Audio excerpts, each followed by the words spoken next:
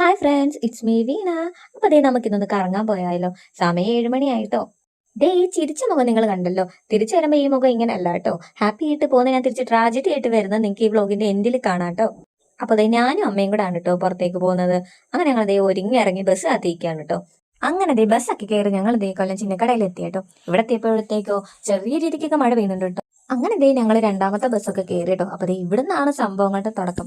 എന്താന്നല്ലേ, എനിക്ക് ചെറിയ രീതിക്ക് തലവേദനയൊക്കെ വന്നു തുടങ്ങി കേട്ടോ ബസ്സിൽ കയറിയപ്പോഴത്തേക്കും. ഞാൻ പിന്നെ അത് വലിയ കാര്യമായിട്ട് എടുത്തില്ല കേട്ടോ. അങ്ങനെ ഞാൻ ഈ ഷോപ്പിലെത്തി. ഇവിടുന്നാണ് കേട്ടോ ഞാൻ ക്രാഫ്റ്റിന്റെ എല്ലാ സാധനങ്ങളും വാങ്ങുന്നത്.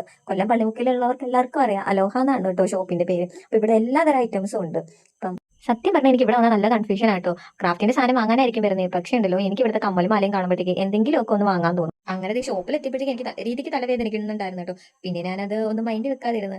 എനിക്കൊരു ഗിഫ്റ്റ് ഹാമ്പർ ഡിസംബറിലേക്ക് സെറ്റ് ചെയ്ത് കൊടുക്കാനുണ്ടായിരുന്നു കേട്ടോ. അപ്പൊ അതിനകത്ത് വേണ്ടിയിട്ട് കമ്മലും മാലയൊക്കെ വാങ്ങാനുണ്ടായിരുന്നു. അപ്പൊ അത് നോക്കാനാണ് ഞാൻ മെയിനായിട്ട് ഇവിടെ വന്നത്. ഇവിടെ വന്ന് എനിക്ക് ഏറ്റവും ഇഷ്ടപ്പെട്ട സ്ഥലം ദേ ഈ മുട്ടായിക്കുള്ള സ്ഥലമാണ് കിട്ടും. സത്യം പറഞ്ഞാൽ നമ്മളെല്ലാവരും അങ്ങനെ ആണല്ലോ, നമുക്ക് മുട്ടായിക്ക് കണ്ട ഭയങ്കര ഒരു തൊരതൊരപ്പല്ലേ. അങ്ങനെ സാധനങ്ങളൊക്കെ വാങ്ങി ഞാനും അമ്മയും ദേ ഷോപ്പിൽ നിന്ന് ഇറങ്ങി കേട്ടോ. അപ്പോഴത്തേക്കോ നല്ല രീതിക്ക് മഴ പെയ്യാൻ തുടങ്ങി. പിന്നെ നമ്മൾ കുട കൊണ്ടുപോകല്ലോ, അതൊക്കെ എടുത്ത് ഞങ്ങൾ ദേ നടക്കാൻ ഇറങ്ങി. അങ്ങനെ ഞങ്ങൾ ഈ ബസ് കത്തിക്കുന്നത് ഇതാണ് നിങ്ങൾ ഈ കണ്ടുകൊണ്ടിരിക്കുന്നത്. കുറെ നേരമായിട്ടും ബസ് ഒന്നും വന്നില്ല കേട്ടോ. ഇവിടെ ആണെങ്കിലോ നല്ല രീതിക്ക് മഴയും പെയ്യുന്നുണ്ട്. അങ്ങനെ ഞങ്ങൾ ബസ്സൊക്കെ കയറി ഞങ്ങൾ അടുത്ത ഷോപ്പിലേക്ക് എത്തി. എന്തിനാന്നല്ലേ, ഡ്രസ്സ് വാങ്ങാൻ വന്നതാട്ടോ. അച്ഛന്റെ ബർത്ത്ഡേ ആണ് ഈ വരുന്ന നവംബർ 25-ന്. അപ്പൊ അച്ഛൻ അഡ്വാൻസ് ആയിട്ട് അമ്മയുടെ വക ഗിഫ്റ്റ് ആണ് കേട്ടോ ഷർട്ടും മുണ്ടും. ഭാര്യയ്ക്ക് ഭർത്താവിനോടുള്ള സ്നേഹം എന്തൊക്കെ കാണണല്ലേ. അങ്ങനെ നിങ്ങൾ ദേ മുണ്ടി ഷർട്ടൊക്കെ എടുത്തപ്പോഴത്തേക്ക് എനിക്ക് വേദന നല്ല രീതിക്ക് തുടങ്ങി കേട്ടോ. നല്ല രീതിക്ക് തലവേദന തുടങ്ങി. അങ്ങനെ പിന്നെ ഞങ്ങൾ നേരെ ഹോസ്പിറ്റലിൽ എത്തി കേട്ടോ. ഹോസ്പിറ്റലിൽ എത്തിയപ്പോഴത്തേക്കും എൻ്റെ അടുത്ത് അവർ വെച്ച് നല്ല രീതിക്ക് വേദന ഇടുന്നു. അപ്പൊ ഞാൻ പറഞ്ഞ നല്ല രീതിക്ക് സഹിക്കാൻ പറ്റാത്ത വേദന ഉണ്ടെന്നാണ്. അങ്ങനെ പിന്നെ ഒരു ഇഞ്ചക്ഷൻ എടുത്തിട്ട് അരമണിക്കൂർ ഇരിക്കാൻ പറ്റുന്നത്. അങ്ങനെ ഇഞ്ചക്ഷൻ എടുത്ത് അരമണിക്കൂർ കഴിഞ്ഞിട്ട് എനിക്ക് വേദനയ്ക്കൊന്നും യാതൊരു കുറവില്ല കേട്ടോ. നല്ല രീതിക്ക് വേദനയ്ക്കുമായിരുന്നു. അങ്ങനെ പിന്നെ ഡോക്ടറിനെ കണ്ട് കാര്യമൊക്കെ പറഞ്ഞു കേട്ടോ. അപ്പോൾ ഒരു ഇഞ്ചക്ഷൻ എടുത്തിട്ട് കുറവില്ല. അപ്പം ഞാൻ പറഞ്ഞു ഇല്ലെന്ന് പറഞ്ഞു. അപ്പോഴത്തേക്ക് എനിക്ക് CT സ്കാൻ എഴുതി തന്നു. CT സ്കാൻ ചെയ്തിട്ടൊക്കെ വരാൻ പറഞ്ഞു കേട്ടോ, വേദന കുറവില്ലാത്തതുകൊണ്ട്.